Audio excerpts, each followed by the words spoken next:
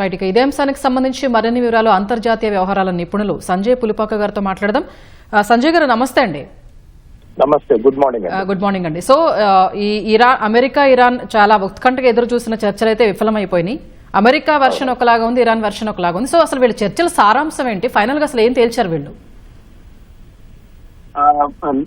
ఇవాళ చూసినట్టయితే కనుక JD Vance vice president declare చేసి చాలా బ్రీఫ్ గా స్పీచ్ ఇచ్చారండి. అక్కడ ఇస్లామాబాద్ లో అయినా ప్రెస్ తో ఇంటరాక్ట్ అవుతూ ఆయన చెప్పిన దాని ప్రకారం మేము 21 గంటలు మాట్లాడటం జరిగింది, చర్చించడం జరిగింది. మేము ఎంతో ఫ్లెక్సిబుల్ గా ఉన్నాము, ఏదో విధంగా సర్దుబాటు చేసుకోవడానికి మేము తయారుగా ఉన్నాము. అంతేకాదు మేము చాలా మంచి ఫెయిత్ అంటే మంచి ఉద్దేశంతోనే మేము ఈ చర్చల్లోకి వచ్చాము, ఏదో విధంగా ఒక పీస్ అగ్రిమెంట్ చేద్దామని. కానీ ఇరాన్ వైఖరి బాలేదు. ఇరాన్ మేము అడుగుతున్న అంటే మేము చర్చిస్తున్న అంశాల మీద వాళ్ళు సరిగ్గా స్పందించలేదంటూ జేడీ వ్యాన్స్ చెప్పడం జరిగిందండి. ఆయన చెప్పడం దాంట్లో ముఖ్యంగా వచ్చిన డిఫరెన్స్ ఆఫ్ ఒపీనియన్ అంటే విరుద్ధమైనటువంటి ఒపీనియన్స్ ఎప్పుడు వచ్చాయంటే, ఒకటి న్యూక్లియర్ ఇష్యూకి సంబంధించిన విషయంలో ఈ రెండు దేశాలకి ఒప్పందం కుదరలేదండి. వాళ్ళు చెప్పేది ఏంటంటే, అమెరికన్స్ జేడీ వ్యాన్స్ వాళ్ళు ఆర్గ్యూ చేస్తుంది ఏంటంటే, మేము ఇరాన్ న్యూక్లియర్ వెపన్స్ తయారు చేసుకోదు అని ఒక కమిట్మెంట్ అడిగాము, అటువంటి కమిట్మెంట్ ఇరాన్ ఇవ్వలేకపోయింది. అంతేకాదు అణువాయుధాల తయారీకి కావాల్సినటువంటి సామాగ్రి ఏదైతే ఉంటుందో అవి కూడా మీరు వాటి మీద కూడా మేము కొన్ని కమిట్మెంట్స్ అడిగాము, అటువంటి సామాగ్రి మేము తయారు చేయము లేదా సమకూర్చుకోమని ఇరాన్ కమిట్మెంట్స్ ఇవ్వలేకపోయిందని జేడీ వ్యాన్స్ చెప్పడం జరిగిందండి.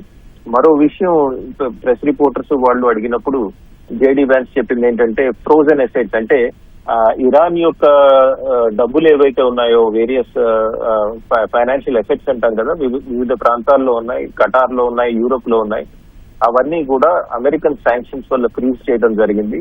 దాని మీద మీరేమన్నా చర్చించారా అంటే, మేము అన్నిటి మీద చర్చించాము, అవన్నీ కూడా మేము అకామిడేట్ చేయటానికి లేదా అంగీకరించడానికి మేము తయారుగానే ఉన్నాం. కానీ చాలా గట్టిగా ఉంది ఇరాన్ కొంత కూడా ఫ్లెక్సిబిలిటీ చూపించకపోవటం వల్ల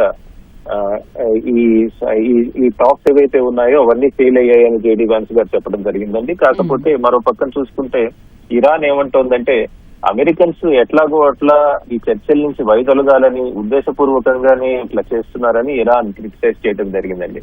బట్ ఓవరాల్ గా దురదృష్టకరం, టాక్స్ ఫెయిల్ అయ్యాయి. కాకపోతే ఇక్కడ గమనించాల్సింది ఏంటంటే, టాక్స్ ఫెయిల్ అయ్యాయి కాబట్టి ఇప్పుడు జరిగిన కాల్పుల విరమణ ఏదైతే ఉందో అది కూడా ఫెయిల్ అయిపోతుందా, మళ్ళీ రెండు దేశాలు వెంటనే యుద్ధం చేస్తాయా అన్న దాని మీద క్లారిటీ లేదండి.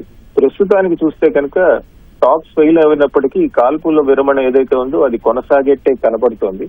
ఎందుకంటే జేడీ వ్యాన్స్ తన స్పీచ్ లో చివర్లో వెళ్తూ చెప్పింది ఏంటంటే, మేము మా ఫైనల్ బెస్ట్ ఆఫర్ ఇచ్చాము, ఇరాన్ వాళ్ళ ప్రతిస్పందన కోసం మేము వెయిట్ చేస్తా ఉన్నారండి. అంటే ప్రతిస్పందన కోసం ఎన్నాళ్ళు వెయిట్ చేస్తారు, లేదా ఈ ప్రతిస్పందన వెయిట్ చేసే ప్రక్రియ ఎలా ఉంటుంది, మళ్ళీ పాకిస్తాన్ మీడియేట్ చేస్తుందా లేదా ఇరాన్ వాళ్ళు డైరెక్ట్ గా ఫోన్ చేసి అమెరికన్స్ కే చెప్తారా అన్నది చూడాల్సిన విషయం.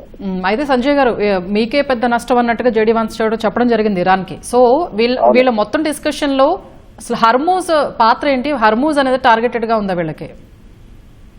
అది కూడా ఇంకో అంశం అని మనం చూసామండి. ఇరాన్ వాళ్ళు ఏం అడుగుతున్నారంటే, హర్మూజ్ జలసంధి ఏదైతే ఉందో దాని మీద మేము పట్టు సాధించాం, అది ఇప్పట్లో ఓపెన్ చేయమన్నట్టు చెప్పారండి.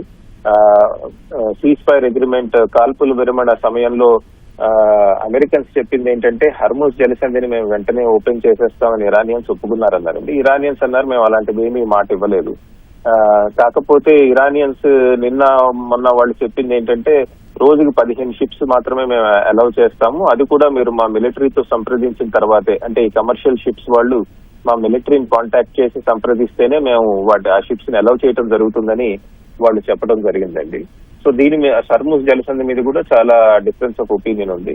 ఇంకోటి ఏంటంటే, ఇరానియన్స్ అడుగుతోంది ఏంటంటే, యుద్ధం అయిపోయాక కూడా హర్మూజ్ జలసంధి మీద మాకు పట్టు కావాలి, అక్కడి నుంచి వెళ్తున్న ప్రతి షిప్ మీద మేము కొంత ఫీజ్, ఒక టోల్ బూత్ లాగా, టోల్ ట్యాక్స్ లాగా ఒక ఫీజ్ కలెక్ట్ చేస్తామని చెప్తున్నారు.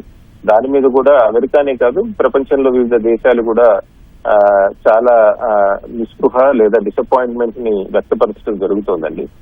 ఎందుకంటే యుద్ధం ముందు హర్మూజ్ జలసంధి దగ్గర ఎవరు ట్యాక్సెస్ కలెక్ట్ చేయలేదు, యుద్ధం అయ్యాక వేరే అభివృద్ధి చెందుతున్న దేశాలు లేదా ఆసియాలో ఉన్న దేశాలు, యుద్ధంతో సంబంధం లేనటువంటి దేశాల దగ్గర ఇటువంటి ఫీజు కలెక్ట్ చేయడం ఎంతవరకు సబబని చాలా మంది అడగటం జరుగుతోంది. నిజమే, మీ కంప్లైంట్స్ ఉండొచ్చు, యుద్ధం సమయంలో మాకెవరు సహాయం చేయలేదు కాబట్టి మేము ఇటువంటి ఫీజు కలెక్ట్ చేస్తామని. కానీ చిన్న చిన్న దేశాలైనటువంటి బంగ్లాదేశ్ లేదా శ్రీలంక, మాల్దీవ్స్, మారిషస్ లేదా ఆఫ్రికాలో ఉన్నటువంటి మొజాంబిక్, మడగాస్కర్ ఇవి కూడా ఎట్లా పే చేయాలి, ఎందుకు పే చేయాలి అని చాలా మంది దేశాలు అడగటం నడుస్తుంది. రైట్ అండి, రైట్. ధన్యవాదాలు సంజయ్ గారు. Right, thanks a lot.